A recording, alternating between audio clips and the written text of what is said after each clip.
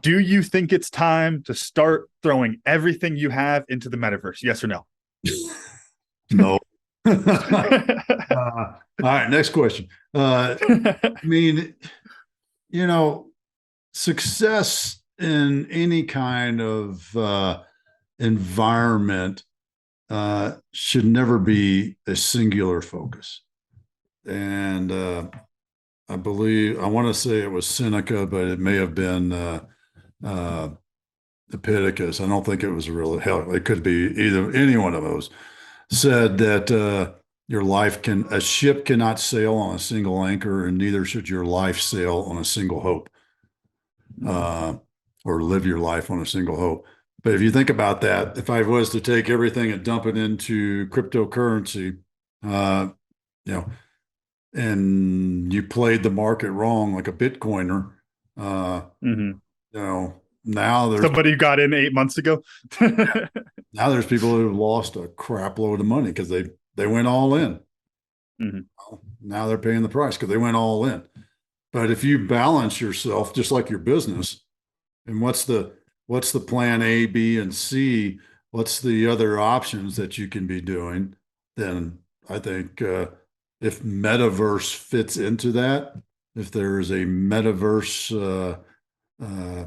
coaching, then yeah, if you've got the time and space, but don't let it become a distractor for you, and That's don't go all almost how I started. That's almost how I started this question was, are you ready to start coaching in the metaverse? But I like that one better. What you made me think of, though, it goes to the Book of Five Rings, Miyamoto Musashi, when he talks about the different schools of sword fighting.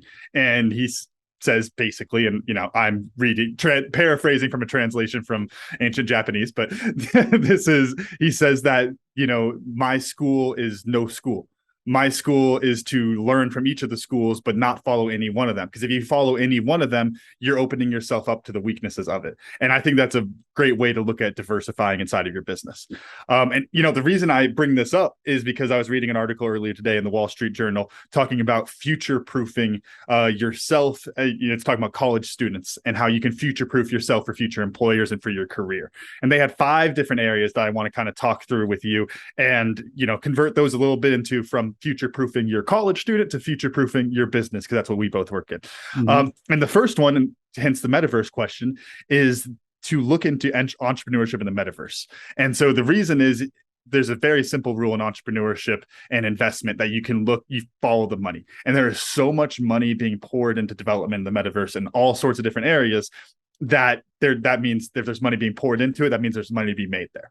And so it's opening yourself up into that, not diving in entirely, not diving into that one school of thought, but leaving yourself open and recognizing that that is something that's going on. There's a lot of money to be made there.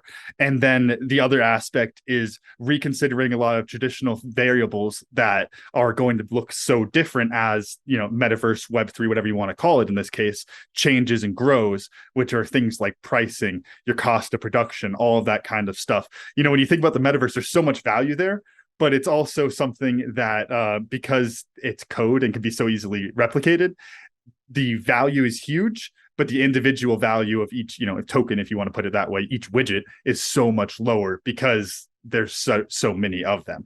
And I think that's a really important piece of the business in the sense of recognizing what's going on there and treating it like any other sort of new market, learning about it and being ready to not dive all in, but dip your toes in that water if it makes sense for you. Well, I'll tell you what I think.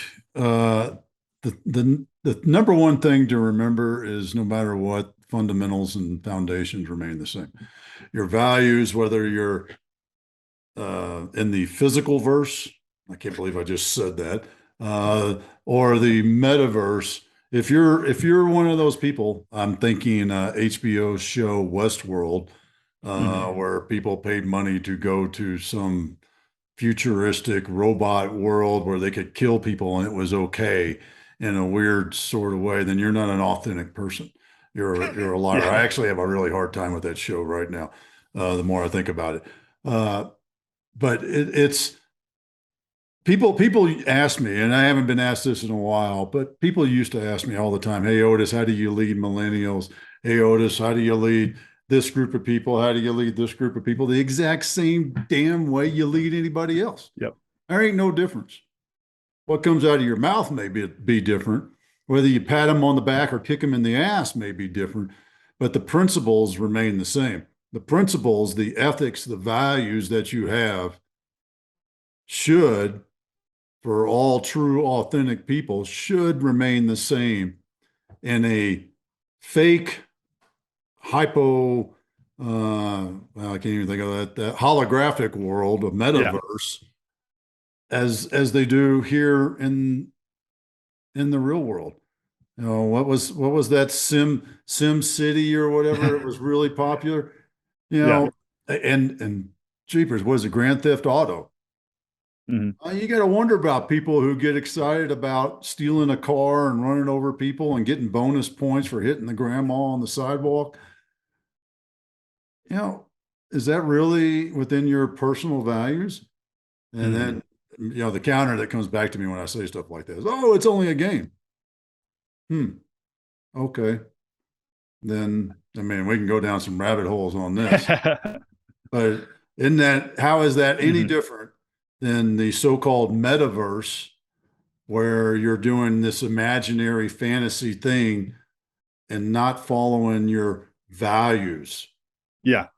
I think you're totally onto something. And, with a little bit more of the video game perspective coming from my end, I think the difference there is the dissociation. And the thing that's so interesting, and it's the reason that, people say terrible things online that they would never say in person, is when you remove a little bit of that human component. And so I would say that it's not inherently bad when you remove to have some of that dissociation when it comes to different forms of entertainment or anything like that. But then where I do think it becomes much more dangerous is what you're talking about for like the metaverse and those type of things, to where it is an impact on a real person, but because it's on a screen, it doesn't feel real. The Grand Theft Auto example, it's not real, so I don't think it necessarily is a moral failing to want to drive on hit the grandma on the side of the road, even though that is questionable and there are pieces there. But then I think the more dangerous thing is that precedent it sets for moving into the metaverse. And that actually sets up one of the other points they talked about, which was hilarious. I love this. You're going to get kicked out of it. It's networking 101, because for the people they're talking about in this article, they've been in the virtual life for a while. And so they haven't gotten normal networking. A lot of them probably even ever, because they hadn't been thinking about that until, more recently when they got into college. And I think that's a really interesting thing, because, the virtual life makes it so much more awkward, but it's no less important. Just like you're saying, it's still a foundational thing that it still comes back to people and being able to talk to them. If you're in the metaverse coaching, you're still talking to a person, and that's like the important thing there, right? Yeah. Well, what it reminds me of is the ability to tell a story. Mm-hmm. And it's a skill set. It's not a talent. It's not a God-given talent. It's a skill set that you can develop. And if you haven't grown up doing that, if your life has been, your stories are told through thumb movement on a glass piece of electronic, typing words and text, that's much different than sitting across the table from somebody and telling a story, describing it, giving that feeling.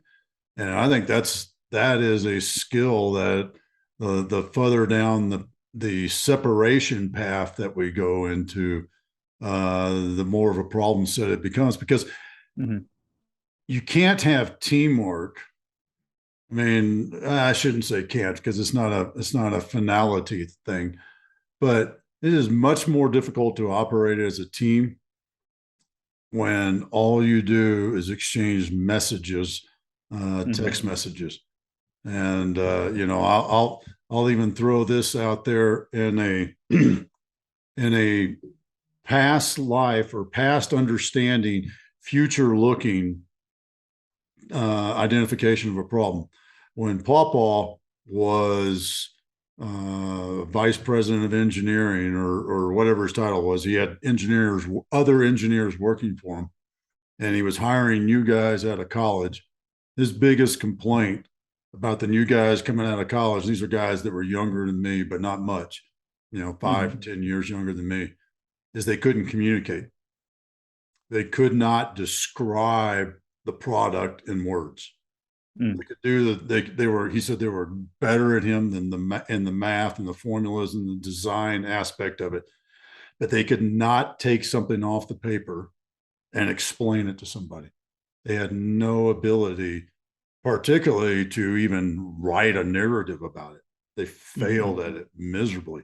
And there's a 30-year ago data point for you going forward to now. What is Twitter? 140 characters or whatever it is, and text messaging with emojis and 3-letter groups that mean phrases and all this sort of stuff, as opposed to truly having the ability to communicate, which is what it all boils down to. Is, as humans, we communicate amongst each other and share stories.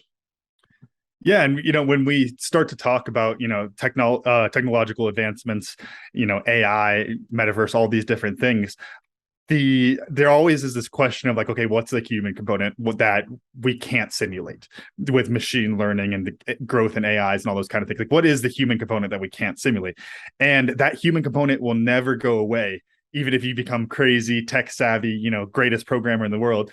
If you can't explain what your app does to somebody, it doesn't matter if it cures freaking cancer. If you can't explain it to somebody, nobody's going to use it. That communication component is still there because the human component is still there. And that was another piece. One of their points was the ethics in AI, was that as machine learning and artificial intelligence reach higher levels, all of these hypothetical things that I actually remember in some of my classes talking about of, it's basically, the trolley dilemma and those type of things, but you have to program a machine to make that decision that a human would be making. It's kind of, we talk about it with Teslas and self-driving cars of it's, you literally have a trolley experiment where it's, am I going to plow into the car in front of me because they stopped unexpectedly, or am I going to swerve over and hit the person on the side? That's a person that I didn't have to hit. They're not in a car. I'll probably kill them. But there's 3 people in the car that are in front of me. So maybe I need to, and it's like, it opens up all these different things. And so that's a foundational piece, that human component again, of applying those ethical questions that were hypotheticals for the last, 60, 100 years. I don't know how far back trolley dilemma goes. But the things that were hypothetical that are becoming very real now, but it goes back to the human component, like you're saying. Oh, I agree. And we'll just put 1894 for the trolley dilemma. I don't know. Sounds about right. Sounds about right. I mean, a lot of things happened that year, I believe. Yeah. I mean, it's the human component, how you replicate that decision making, the future, the sci-fi movies and, the Prime Directive from Star Trek and all of those sort of things. There's a lot to be said for that. I mean, and the don't mess it up, don't do any harm, don't interfere. First, do no harm. But how do you do that, right? I mean, that's a tough one. Yeah, it's makes me think of a conversation I've had with my brother actually about this, around philosophy, and that there's these crazy hypothetical things, and I'm like, it's not really worth my time to spend there thinking about a hypothetical. I'd rather apply that same philosophy to what's actually in front of me, things that are inside my control.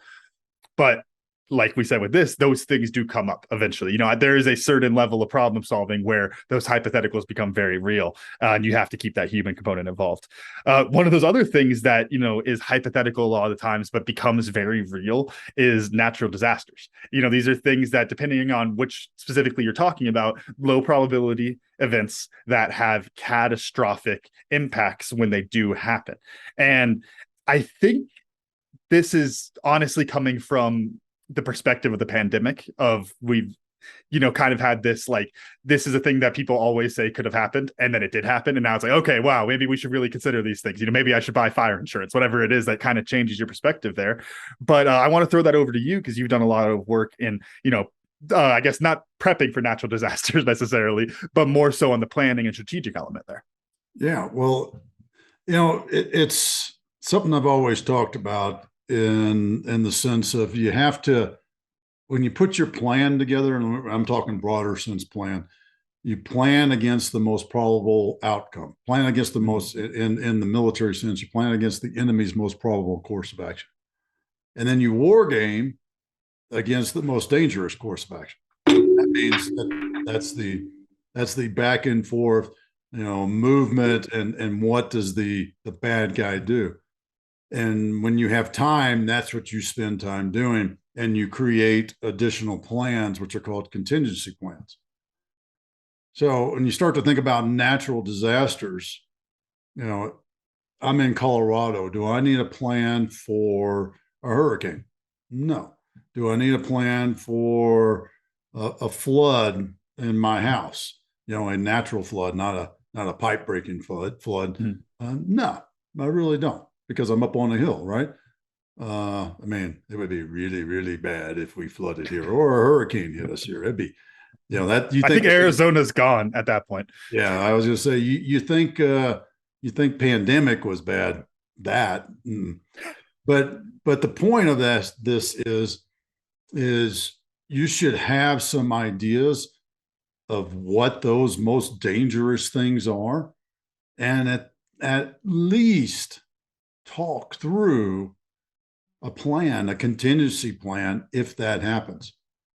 I'll use our place for example. When the fires were happened a few years ago, we have an evacuation plan. It's grab these three things, each of us, and drive the two cars out. Everything else is, because you got to get it immediately, or you Yeah. got 24 hours. You have 24 hours. You grab these things, and you make two trips or whatever that is. That's the kind of plan. It's the old. They used to do this as a public service announcement. I haven't seen it in a while, but as a public service announcement, to have every family have a fire evacuation plan. Mhm. Well, that's continuity of operations for your family. You should do the same thing for your business. What if the building burns down while everybody's at home? What if the building catches on fire while you're there? What if there's an electrical storm and the boards get short circuited? Where's your data? Where's your information? Where's all that stuff so that you can continue operations as a business? I was gonna say fun, but sad fact, I guess. So not really that fun. But I was reading something the other day that talking about fire deaths going up because basically our prevention and problem solving, firefighting is so much better than it had been in the past that people aren't getting it drilled into their heads as much to not leave candles burning when you leave the house and those type of things. And so you're actually getting more fires than there had been in the last like 20 years because the kind of like you're saying, the public service announcements aren't there for it as much anymore. So interesting little tangent on that. But one other thing that I wanted to add, because this is what the article was talking about, was again, we're talking college students. They were talking a lot about architects and engineers and those type of things. And what I learned from that and what I would apply to, my business and for anyone else out there as an entrepreneur is looking at those low probability outcomes. And if you're designing a problem, you should account for those as best you can. Like, and what I'm taking the engineer perspective on this when you think about it like building a house. If you can build a house that is earthquake proof, doesn't matter if you're in freaking Colorado, that house is going to sell way better because it's earthquake proof. That's awesome. Like you can build it up that way. The entrepreneur in me is like, hey, that's a value added thing there. But it's about preparing for those low probability outcomes. The last thing that I wanted to talk about here, their last point, was about building a personal brand. And this is not what they were saying on it, but I'm kind of jumping ahead to my business perspective on it, is the personal brand is so important because your jobs, your career, even for me, like different business ventures, they change all the time. You're always moving. And the thing that is constant is the personal brand. And so could you just speak on that for a little bit? Well, personal brand is who you are. It represents, that goes back to what we were talking about with Metaverse. It's the authentic you. Your personal brand should represent who you are and everything you do, not just the skills, but how you apply those skills to put it bluntly, to make the world a better place. That's really where your personal brand should focus. I love that. And if you're listening to this and you want to future proof your business, or if you're in that college student demographic that this article was talking about, and you want to future proof your career, future proof your life, then go to findyourpurpose.coach/vision. And on there, you can choose whether you're interested in Power Tribe, that's for you small business owners, or Know Your Tribe, that's for you college students, and go through, figure out what's working, what's not working inside your life and your business, and create a plan to go create more success and future proof your life.